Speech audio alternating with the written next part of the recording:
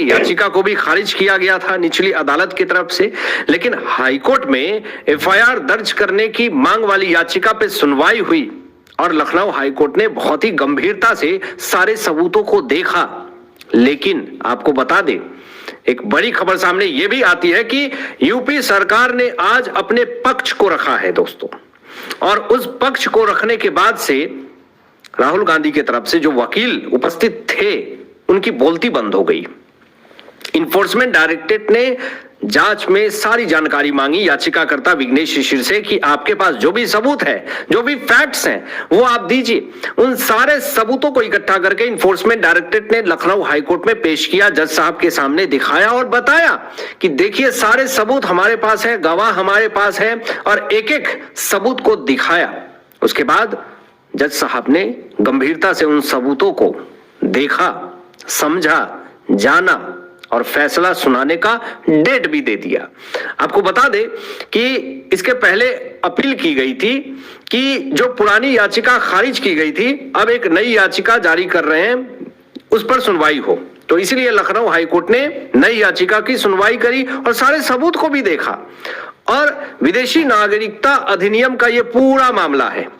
कोई भी भारतीय एक नागरिकता लेकर के ही भारत के अंदर रह सकता है। यह नहीं कि आप कनाडा में रह रहे हो, कनाडा की नागरिकता आपके पास है, और भारत में रह रहे हो, भारत की भी नागरिकता आपके पास है, तो फिर आप दो नागरिकता लेकर के भारत के अंदर तो नहीं रह सकते हैं।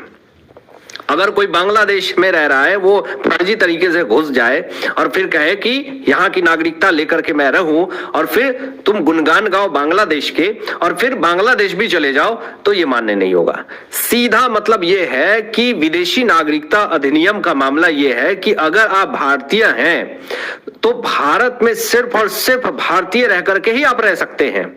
अगर आप विदेश में जाकर के विदेशी नागरिकता लेकर के बैठे हुए हैं तो भारत के अंदर आप रह करके भारत के जितने भी लाभ है वो आपको नहीं मिल सकता है।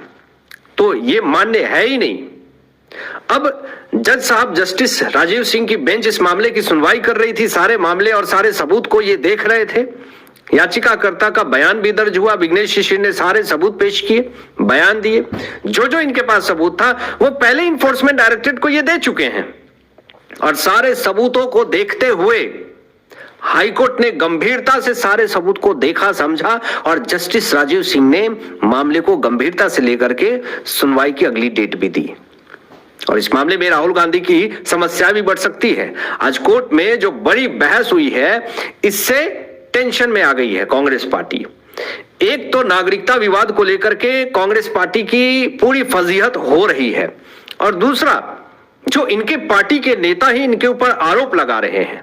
इनके पार्टी के नेता ही ऐसे ऐसे आरोप लगा रहे हैं जिससे पार्टी की पूरी फजीहत हो रही है। मतलब कि टिकट बेचने का आरोप लगा हुआ है।